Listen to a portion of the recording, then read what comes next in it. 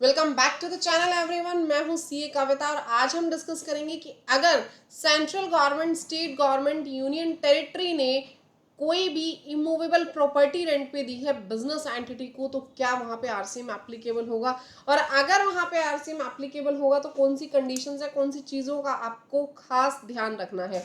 देखिए, सबसे पहले मैंने आपको लास्ट वीडियो में बताया था कि रेंटिंग ऑफ इमूवेबल प्रॉपर्टी जो है वो एंट्री नंबर 5 के अंदर कवर नहीं होगी। Renting of immovable property cover होगी एंट्री नंबर 5A में।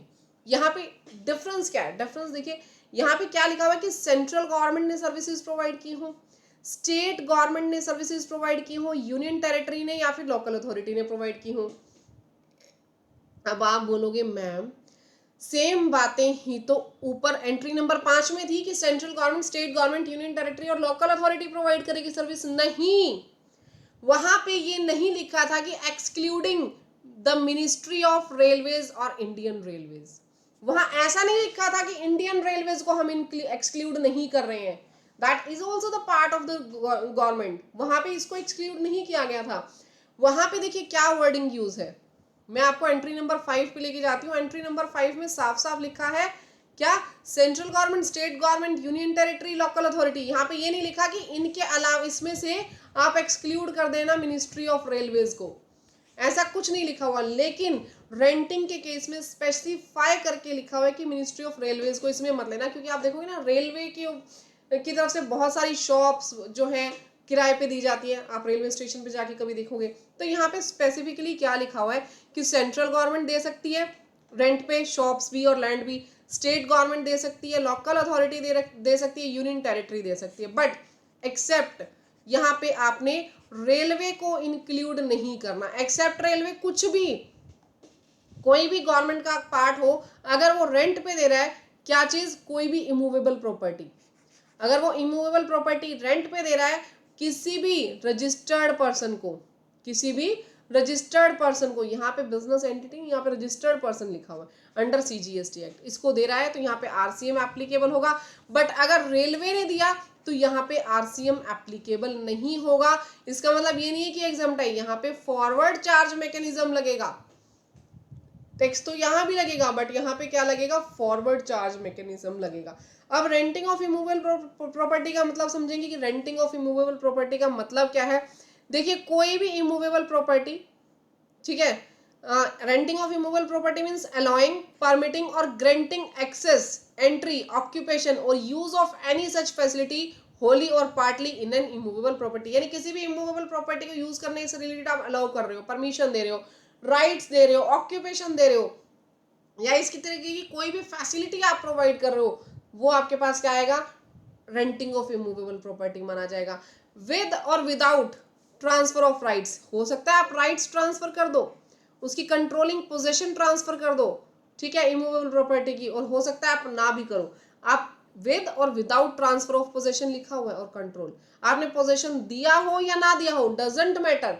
दोनों ही केसेस में अगर आपने लेटिंग की, लीजिंग की, लाइसेंसिंग की या अदर सिमिलर कोई भी ट्रांजैक्शन की, that will be treated as renting of immovable property. तो ऐसा अगर कोई भी सिनेरियो आएगा तो आपको टैक्स पे करना पड़ेगा, वो भी आरसीएम के बेसिस पे। बट अगर रेलवे की मैं बात करूं, रेलवे के केस में आरसीएम जो है वो एप्लीकेबल नहीं होगा। ठीक है गाइज, यहां तक हमने उसका देख लिया, रेंटिंग ऑफ इमूवेबल प्रॉपर्टी का। नेक्स्ट हम देखेंगे रेजिडेंशियल ड्वेलिंग का।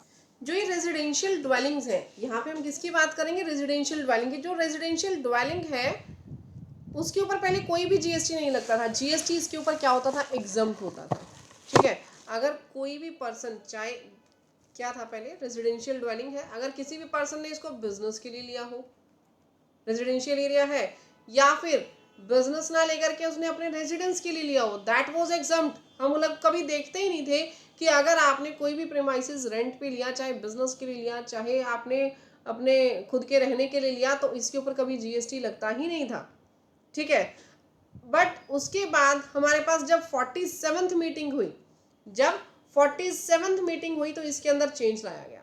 इसमें चेंज क्या? इसमें रिकमेंड किया गया कि अब जीएसटी लेकर के आएंगे, अब जीएसटी लेकर के आएंगे उस प्रॉपर्टी पे जिसको रेंट पे लिया गया है बिजनेस पर्पस के लिए। अगर किसी भी प्रॉपर्टी को बिजनेस पर्पज के लिए रेंट पे लिया गया तो उसके ऊपर अब क्या एप्लीकेबल होगा, उसके ऊपर अब जीएसटी एप्लीकेबल होगा, आरसीएम बेसिस पे जीएसटी एप्लीकेबल होगा यहाँ पे। ठीक है, यहाँ पे एक चीज का आपको खास ख्याल रखना है कि हम यहाँ पे रेजिडेंशियल ड्वेलिंग की बात कर रहे हैं, यहाँ पे अदर देन रेजिडेंशियल ड्वेलिंग की बात नहीं हो रही है। एंट्री नंबर 5AA में हमेशा बात होती है रेजिडेंशियल ड्वेलिंग की। यहाँ पे रेजिडेंशियल ड्वेलिंग दी हो अगर रेंट पे, किसने, किसी भी पर्सन ने, किसी रजिस्टर्ड पर्सन को, एनी पर्सन की बात हो रही है यहाँ पे, किसी भी पर्सन ने रेजिडेंशियल ड्वेलिंग दी हो रजिस्टर्ड पर्सन को, तो रजिस्टर्ड पर्सन उस रेजिडेंशियल ड्वेलिंग पे क्या करेगा, आरसीएम के हिसाब से टैक्स पे करेगा। बट इसमें एक और ध्यान रखने वाली बात है, अगर देखिए प्रोपराइटर है, प्रोपराइटर ने बिजनेस के लिए नहीं लिया रेजिडेंशियल ड्वेलिंग, प्रोपराइटर ने किसके लिए लिया, रेजिडेंस के लिए लिया, अपने खुद के रहने के लिए लिए, तो उसको आरसीएम के तहत कोई भी जीएसटी पे नहीं करना, वो तो चीज एग्जम्प्ट हो जाएगी अगर वो अपने रेजिडेंट के लिए ले रहा है तो, बशर्ते बुक्स ऑफ अकाउंट्स में उससे रिलेटेड कोई भी एंट्री नहीं होनी चाहिए और वो उसको रेजिडेंस के लिए यूज करेगा, बिजनेस पर्पसेस के लिए वो उसको यूज नहीं करेगा। आपको इस बात का ध्यान रखना है।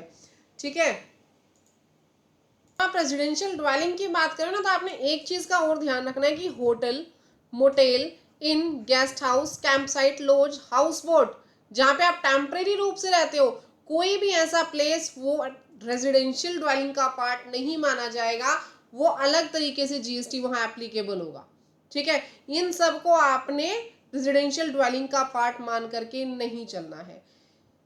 इसमें आपके पास पेइंग गेस्ट का आपने ध्यान रखना है। जैसे पेइंग गेस्ट की अगर मैं बात करूं, एज अ पेइंग गेस्ट कोई भी पर्सन अगर रहता है कहीं पे, जो पीजी बने होते हैं, पीजी के अंदर क्या होता है कि ऐसा नहीं है कि आपने डे वाइज कुछ पेमेंट करनी है, पीजी को आपने क्या मान करके चलना है, पीजी को आपने रेजिडेंशियल ड्वेलिंग ही मान करके चलना है।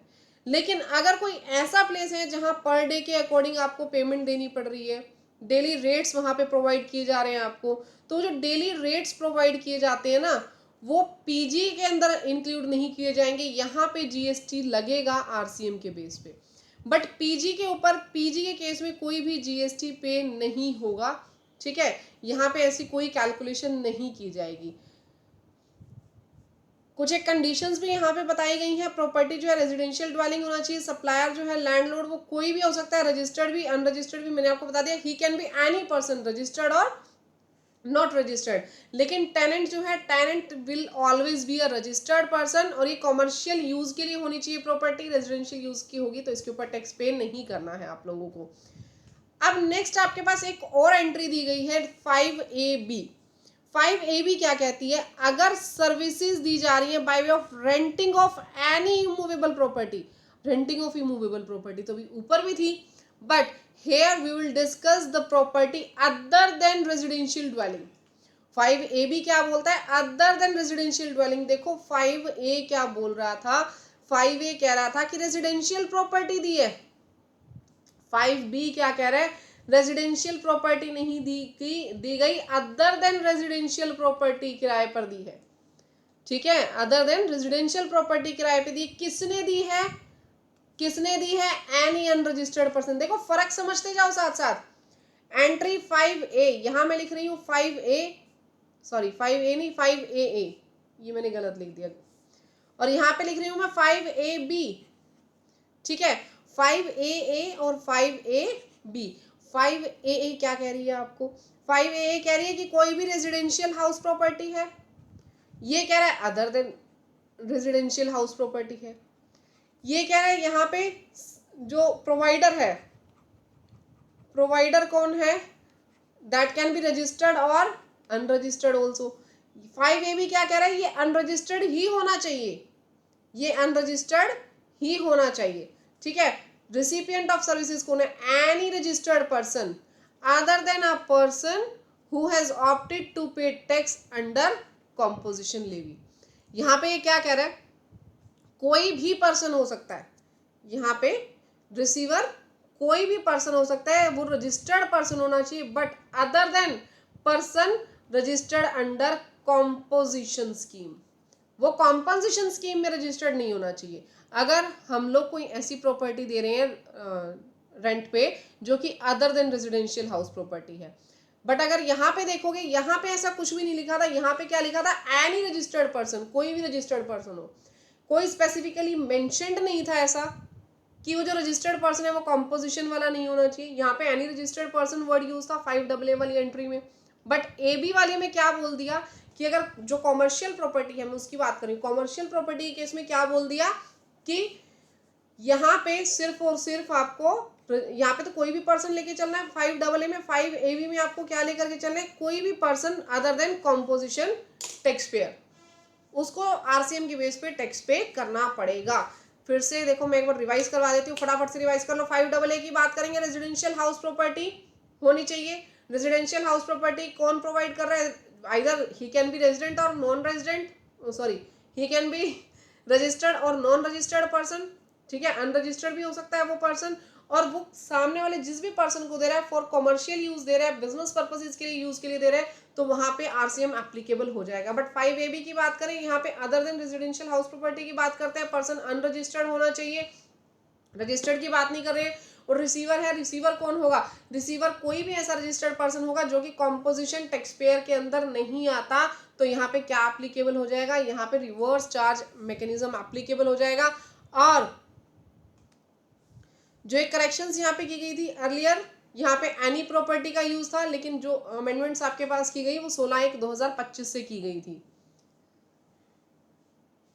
इसमें कुछ ध्यान रखने वाली बातें सेम वही बता रखी है जो मैंने आपको बता दिया। जो पर्सन है, पर्सन अनरजिस्टर्ड होगा जो सप्लायर है, लेकिन रिसिपिएंट हमेशा रजिस्टर्ड ही रहेगा इसके अंदर। 5AA में आपके पास कहाँ पे जो है रिवर्स चार्ज आता है, reverse charge on residential property, जबकि 5AB क्या कहता है, अदर देन रेजिडेंशियल प्रॉपर्टी की बात करता है ये, ठीक है। जो इसमें चेंजेस आए हैं वो मैंने आपको बता दिया 16 जनवरी 2025 से है। तो गाइज बहुत अच्छे तरीके से हमने ये दो एंट्रीज आज कवर कर ली, 5AA एंड 5AB। अगर आपको फिर भी कोई डाउट्स आ रहे हैं तो आप मुझसे कमेंट सेक्शन में डाउट्स ले लेना। अपने कंप्लीट सीरीज में आप लोगों को प्रोवाइड कर रही हूँ, RCM की कंप्लीट प्लेलिस्ट आप देख सकते हो। वीडियोस अच्छी लग रही हो तो वीडियो को लाइक, चैनल को सब्सक्राइब करना मत भूलिएगा। कोई भी अदर टॉपिक अगर आप चाहते हैं मैं वीडियो बनाऊं तो आप लोग कमेंट सेक्शन में बताना मुझे, मैं ज़रूर से बना करके दूंगी। तो मिलते हैं गाइज नेक्स्ट वीडियो में। नोटिफिकेशन के बटन पे जरूर क्लिक कर लेना ताकि मेरी वीडियोस की नोटिफिकेशन अर्लियर बेसिस पे आप लोगों को मिलती रहे।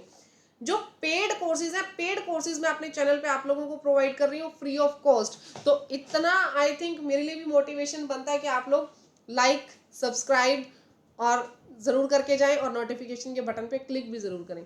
Thank you guys, thank you everyone.